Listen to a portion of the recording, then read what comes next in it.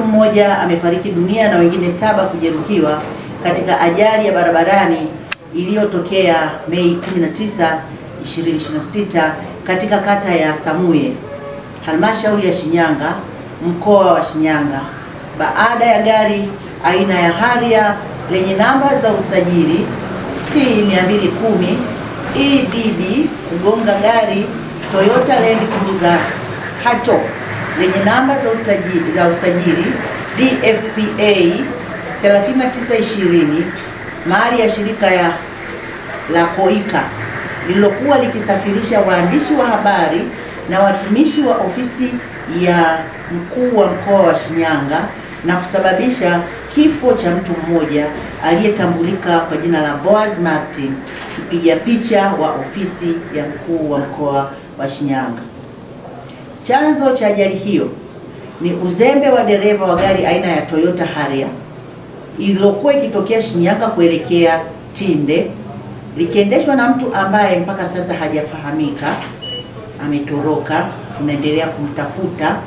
akijaribu kulipita gari lililokuwa mbele yake bila kuchukua tahadhari,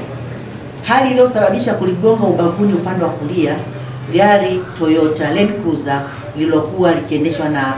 Lawrence Peter mwenye umri wa miaka 34 na kutumbukia kwenye mtaro. Majeruhi katika ajali hiyo ni Koplo Swaiba Msangi, askari wa kituo cha polisi Shinyanga, Neema Madono, Rehema Edson, Shadia Omari, Lawrence Peter, Johnson James pamoja na mwandishi wa habari wa ITV/Radio 1 Frankie Mshana. Majeruhi wanaendelea kupatiwa matibabu katika hospitali ya rufaa ya hapa Shinyanga. Jeshi la polisi mkoa wa Shinyanga linatoa wito kwa madereva wa vyombo vya moto kuzingatia sheria za usalama barabarani na kuacha tabia ya kuendesha kwa mazoea, kwani jeshi la polisi halitasita kuchukua hatua za kisheria kwa madereva, ikiwemo kuwafungia leseni na kuwafikisha mahakamani kwa watakaobainika kufanya uzembe. Kwa Shinyanga tunaendelea kumtafuta mtuhumiwa huyo kwa sababu baada ya kufanya au kutokea ajali hiyo alitelekeza lile gari ambalo tupo tunalishikilia. Kwa hiyo kupitia vyanzo vyetu tutahakikisha kwamba tunampata